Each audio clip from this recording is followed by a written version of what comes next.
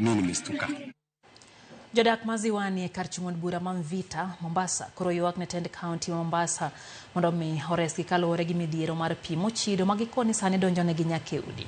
Gikoni onge marodundu mag tero pi taka omiyo pige duto mochido chokore pap maziwani kaeto mol nyakeute magidakie. Gino magiwacho ni kelo negi tuoche.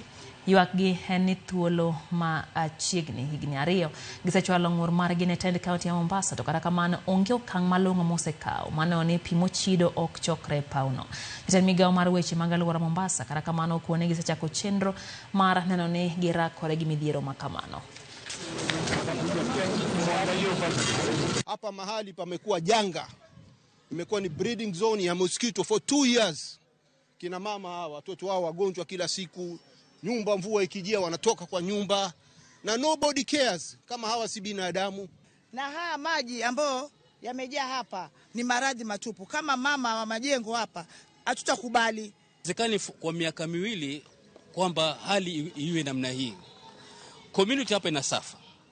Pili, kuna swala zima la uwanja ambao ulikuwa umewafaidi wachezaji wengi wa mpira ambao wametoka hapo, waliocheza national team, waliocheza katika national leagues ambao wametoka katika uwanja huu wa Ziwani. Na shida imekuwa ni maji ya taka ile vile inatoka kwa manyumba za watu, alafu pia na shida ya drainage ya maji ya mvua. Tuko hapa na tumetembea kwa takriban nyumba kama 10 hivi na tumeshaona kuwa kuna shida kubwa. Maji ya taka yanarudi yamejaa uwanjani Lasco na sasa yanarudi yakiingia kwenye manyumba. Kuna idara ya maji iliyoko na ile kitengo tunaita Moasco ama Mombasa Water. Tayari tumeshakaa chini na tayari wako na proposal ya kujenga baadhi ya zile tunaita biodigester zile za community.